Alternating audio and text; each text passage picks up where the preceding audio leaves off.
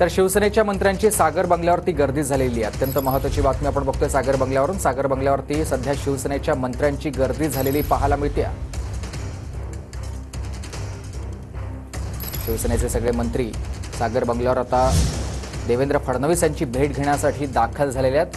देवेंद्र फडणवीस यांची भेट घेण्यासाठी आमदार तसंच नेते पोहोचतात आणि अशामध्ये शिवसेनेचे मंत्री आता सागर बंगल्यावर पोहोचलेत। माझे सहकारी विनायक डावरुंग आपल्यासोबत जोडले गेलेत। विनायक, शिवसेनेचे सगळे मंत्री आता सागर बंगल्यावर दाखल झालेत, भेटीचं काय नियोजन?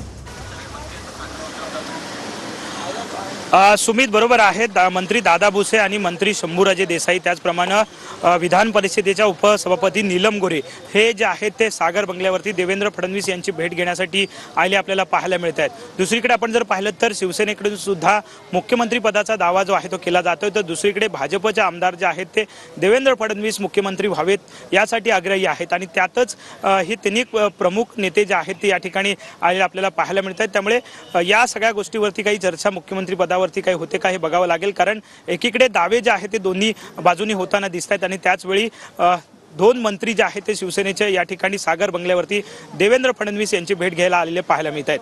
नक्कीच सर, आता राजकीय घडामोडींना वेग आलेला आहे। मुख्यमंत्री पदाच्या निर्णयाच्या पूर्वी ह्या राजकीय सगळ्या घडामोडींना एकूणच वेग आला। पण विनायक, आणखी एक महत्त्वाची बाब अशी आहे की आता हे सगळे मंत्री देवेंद्र फडणवीसांची भेट घेण्यासाठी पोहोचलेले आहेत। मुख्यमंत्री पदावर या सगळ्यात चर्चा होणार आहे का, किंवा मंत्रिमंडळासंदर्भातली काही चर्चा या बैठकीत होईल काय?